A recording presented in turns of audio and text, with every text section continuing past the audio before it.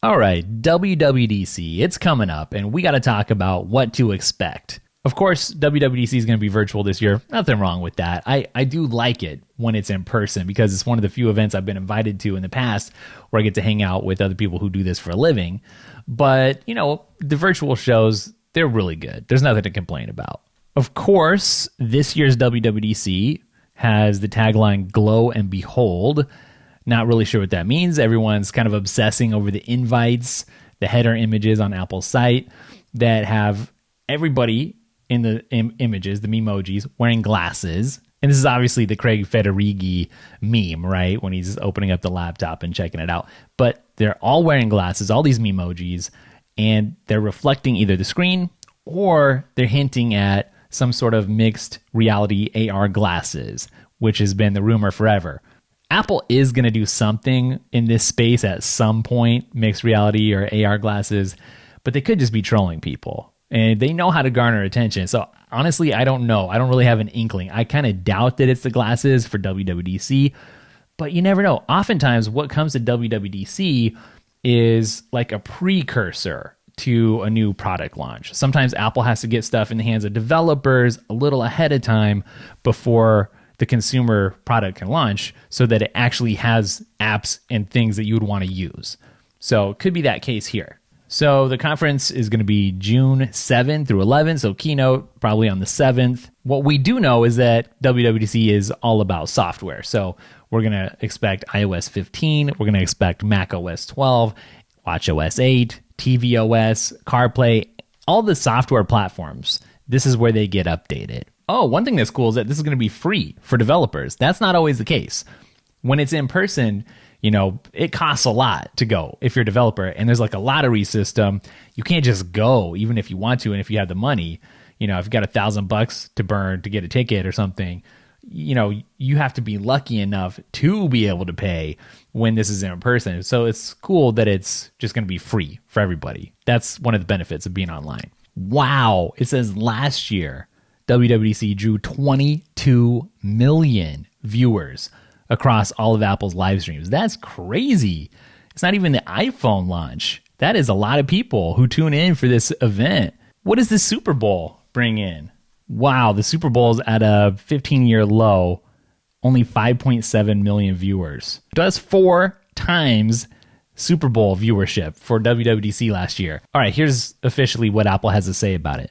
The Apple Worldwide Developers Conference is coming to a screen near you, June 7 to 11. Join the worldwide developer community for an all-online program with exciting announcements, sessions, and labs at no cost. You get a first look at the latest Apple platforms, tools, and technologies so you can create your most innovative apps and games yet. That's just a note to the developers. You know, without the developers, us regular people wouldn't have nearly as much fun on our devices. We'd have no fun because there'd just be Apple's software. We'd have iWork and Safari and what else? Apple Notes. You know, all the great apps that you love, those are from third-party developers.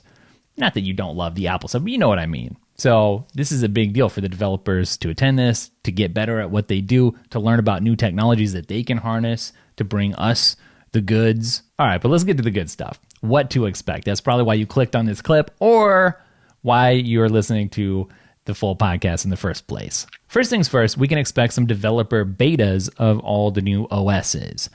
And probably I'll sign up for that and bring some content to the Daily Tech main channel for you guys. I don't know, it's taking the life of my devices in their own hands, right? Because these are not ready for prime time. And there's always some glitches. Sometimes they're bad. Sometimes they're not too bad. I always make the mistake of upgrading my Mac to the beta to bring you guys some content, and then something doesn't work right, and it's a big pain, and I got to use the backup Mac, which is years old now and doesn't nearly crunch through video editing like it used to, like the new one does. Now, the article points out, and this is very true, traditionally, Apple likes to reserve WWDC for software-only things, announcements, at the keynote, at the State of the Union. But this year could be different. We don't know if we're getting an April event this year or not at this point, and it could be that Apple's just going to lump things together. Every now and then, they do talk about hardware at WWDC, and if they do, then this year it could be about the Mac. They're in the process of transitioning the whole Mac lineup to their own Apple Silicon processors, and you know what could be coming? New iMacs, new MacBook Pros, Those are two things I really want to see. The new iMacs, if you hear the rumors, if you look at some of the concepts, those are going to be awesome. Will they come out with the widescreen version? I don't know. I would love that. I would love just a widescreen Apple monitor anyways. You guys have heard me talk about that, but it's maybe possible. I'd take a widescreen iMac for sure, especially with the Apple Silicon. And then MacBook Pros, yes, please. That is what I desperately want. You know, the MacBook Air is great.